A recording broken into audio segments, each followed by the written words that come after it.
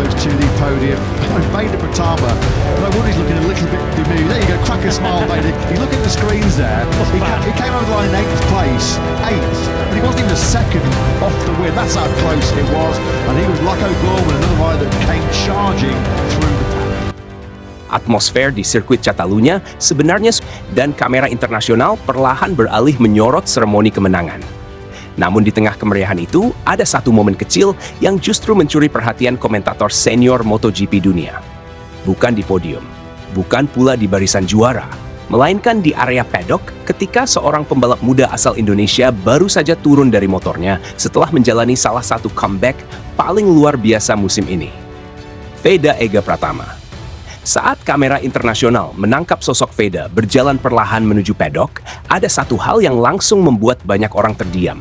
Tidak ada ekspresi frustrasi, tidak ada gestur marah. Padahal semua orang tahu, ia baru saja memulai balapan dari posisi ke-20 akibat kesalahan teknis tim yang membuat sesi kualifikasinya berantakan. Namun yang terlihat justru senyum tenang. Senyum seorang pembalap yang seolah memahami bahwa tekanan dan kesulitan adalah bagian dari perjalanan menuju level tertinggi. Momen itulah yang kemudian memancing komentar spontan dari salah satu komentator senior MotoGP dunia. Dengan nada penuh kekaguman, ia mengatakan bahwa Moto3 mungkin sedang melihat lahirnya calon bintang besar baru dari Asia. Pernyataan itu langsung menjadi bahan pembicaraan hangat di media sosial internasional. Karena pujian tersebut bukan sekadar basa-basi untuk menyenangkan penonton Asia. Komentator MotoGP dikenal sangat jarang memberikan pengakuan besar kepada rookie, terlebih kepada pembalap yang finish di luar podium. Namun kali ini berbeda. Ketika layar timing menunjukkan nama Veda Ega Pratama finish di posisi ke-8, para analis justru fokus pada bagaimana ia mencapai posisi tersebut. Dari P20 ke P8 di Moto3 bukan sesuatu yang normal. Itu adalah pencapaian yang membutuhkan kombinasi keberanian, kecerdasan membaca balapan, efisiensi overtaking, dan mental yang sangat kuat. Dan para komentator langsung menyadari hal itu.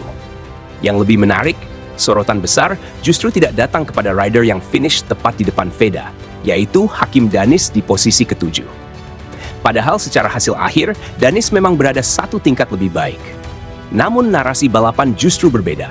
Balapan Danis yang awalnya terlihat seperti peluang emas untuk menang, berubah menjadi cerita penuh kekecewaan. Ia sempat memimpin balapan, memiliki motor KTM yang kompetitif, dan berada di grup terdepan sejak awal. Tetapi tekanan mental di lap-lap akhir membuat performanya menurun drastis hingga akhirnya finish di posisi ke-7. Sebaliknya, Veda yang memulai dari posisi paling sulit justru tampil sebagai pusat perhatian dunia. Situasi ini membuat sebagian fans Malaysia mulai merasa iri.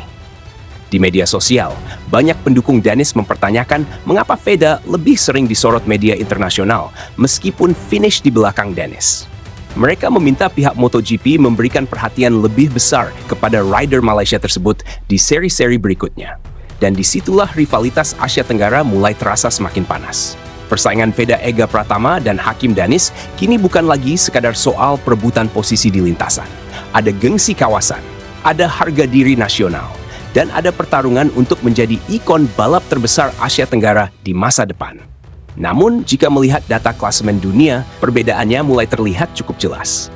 Veda Ega Pratama kini berada di posisi kelima klasemen sementara dengan koleksi 58 poin. Sementara Hakim Danis masih tertahan di posisi ke-11 dengan 27 poin. Untuk ukuran rookie Asia di Moto3, pencapaian Veda benar-benar luar biasa. Dan yang paling membuat paddock Eropa mulai waspada adalah pola konsistensinya. Analis balap internasional mulai melihat satu karakter unik yang terus muncul dalam gaya balap Veda, kemampuan comeback ekstrem dari posisi belakang. Dan ini bukan kebetulan sesaat. Pada Sachsenring, Veda start dari posisi 17 lalu finish di posisi 6. Di Le Mans, ia bangkit dari posisi 14 hingga finish keempat dalam kondisi lintasan basah yang sangat sulit. Dan di Catalunya, ia kembali menciptakan keajaiban dengan naik dari posisi 20 ke posisi 8. Artinya, di sirkuit berbeda, kondisi cuaca berbeda, dan situasi balapan berbeda, Veda selalu menemukan cara untuk menembus barisan depan. Inilah yang membuat banyak komentator mulai menyebutnya sebagai salah satu pembalap dengan visi balap paling cerdas di kelas Moto3 saat ini. Kemampuan membaca celah kecil, menentukan timing overtake, hingga menjaga ban tetap stabil saat rider lain mulai kehilangan ritme, menunjukkan kematangan yang jarang dimiliki rookie. Banyak pembalap muda bisa cepat, tetapi tidak semua mampu berpikir tenang di tengah kekacauan Moto3. Dan justru disitulah kekuatan terbesar Veda berada. Ia terlihat nyaman dalam tekanan. Bahkan semakin sulit situasinya, semakin berbahaya performanya.